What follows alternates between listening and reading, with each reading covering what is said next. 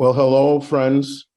I'm Anton Armstrong, conductor of the St. Olaf Choir, artistic director of the St. Olaf Christmas Festival, and professor of music at St. Olaf College. I am delighted today to be able to share a bit of conversation with a mentor, a beloved friend, and just one of the great gifts to the choral community, Alice Parker. Good morning, Alice. Good morning, Anton, and be careful with your words. They might get you into trouble. Well, I'm just so happy to have this time. For our listeners, Alice and I have known each other for over 40 years. I've known of her much longer than that, but a friendship that started during summers together in Princeton, New Jersey, and that has continued throughout the years. Alice, I guess I want to start this conversation off because you've always managed to create music that would speak to the hearts of people. And especially during the time of the pandemic and the racial strife that we have had in the last 2 to 3 years, especially, that have heightened. You wrote a wonderful piece on the common ground. I heard my colleague Philip Brunel and singers from Vocal Essence do this piece, and it inspired me, and I did it in the spring of 2021 with the St. Olaf Choir, and it was very meaningful to our students. Can you speak to that piece and what was the impetus for you to write it? It's very clear in my mind. I don't remember the specific event or series of events, but there was just one thing after another: a riot, a killing, of school violence. It seemed as if we had just gone crazy.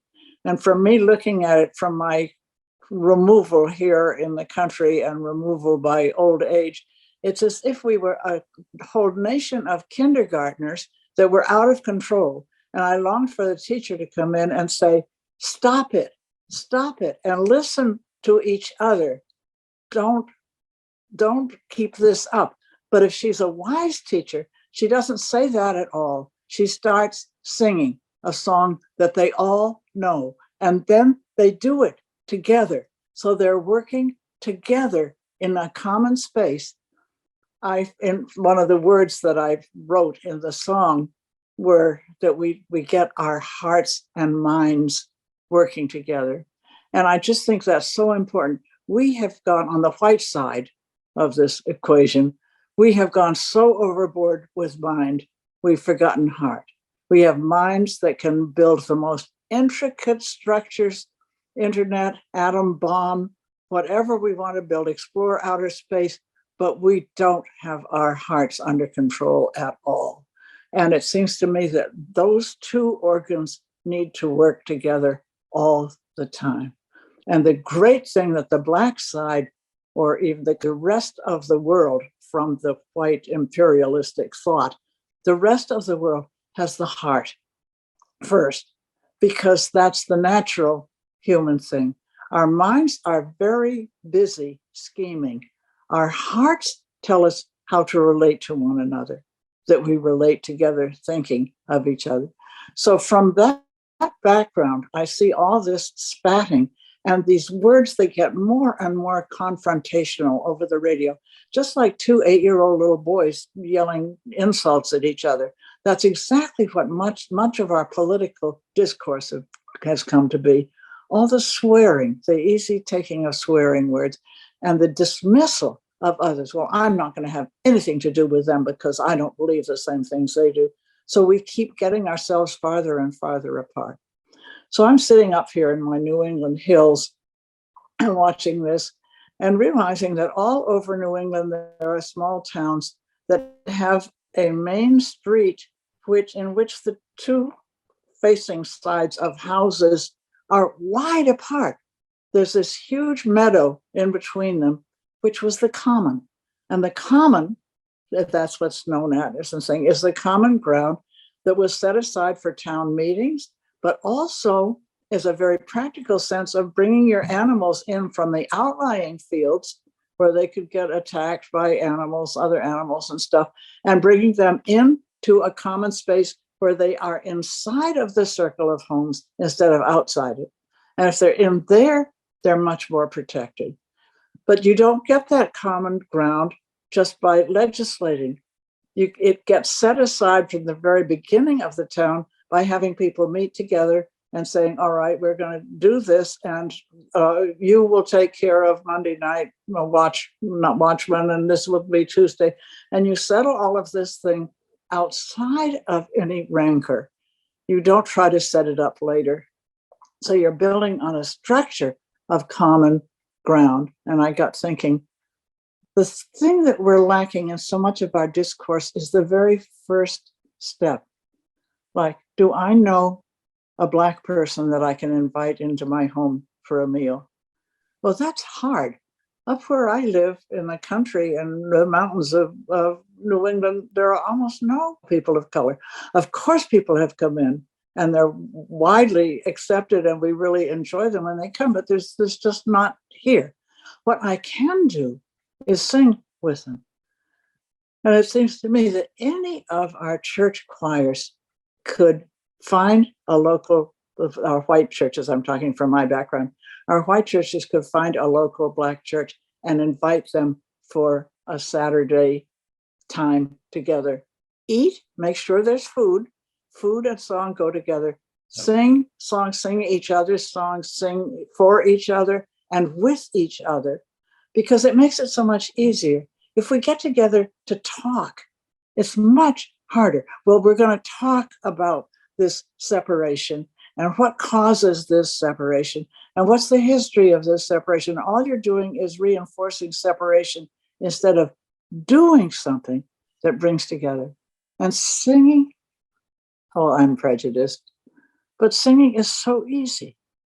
You don't need anything. All you need is a bunch of people and someone opens their mouth and starts singing and others join in. I couldn't agree with you more. You and I also had, I think, a common friend and acquaintance, Helen Kemp, who taught for many years at Westminster College. Yeah. And her mantra was body, mind, spirit, voice. It takes the whole person to sing and rejoice. It does.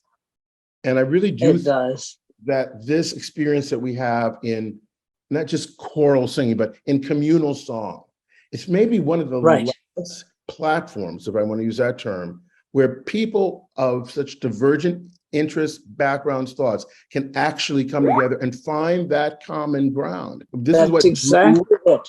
Yeah, this is what drew me so much to that piece and to the text. It was first of all the text that I read, and I constantly feel, even with my students, I have some on the far left, some on the far right. And I'm trying to say, can you find the middle ground where we can all agree? And we do that when we sing. And I think we do it instead of talking. Yeah, and I agree with you about food. Food always brings us together in a better way. It does. It does. Together in a much better way.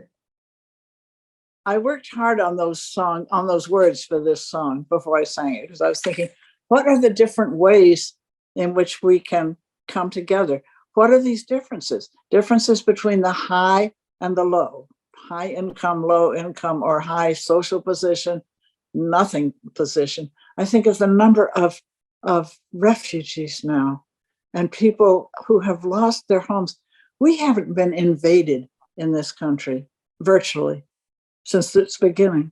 So we don't know what it's like. We look at the TV of people who have their houses have just been bombed and they have to leave without anything. We look at it and it's somebody else. It's far away. It's not us right now. So we lose that sense of common humanity. But it's bringing together the high and the low, the poor and the rich, the old and the young, and the Black and the white. The skin color doesn't mean a thing. Anton, do you feel when we're together that you are tan and I am white? No, my dear, not over 40 years. No, never. No, I feel your heart. If you think of a doctor cutting through that skin, we are exactly the same. There is no difference. And if we think all around the world with all the different cultures and languages, we are all exactly the same. Yeah. And so we are all literally brothers and sisters. We are living this way. And if we can't learn to get together in our own home, it really is a sad thing. It's much harder working together because we have to start small. We have to climb down off of our boxes and invite someone into our home, or invite a choir into our choir, or our church with our church, or a common humanitarian effort that we're working together to send quilts to a place that has no vetting, or to send food to a place that has no food.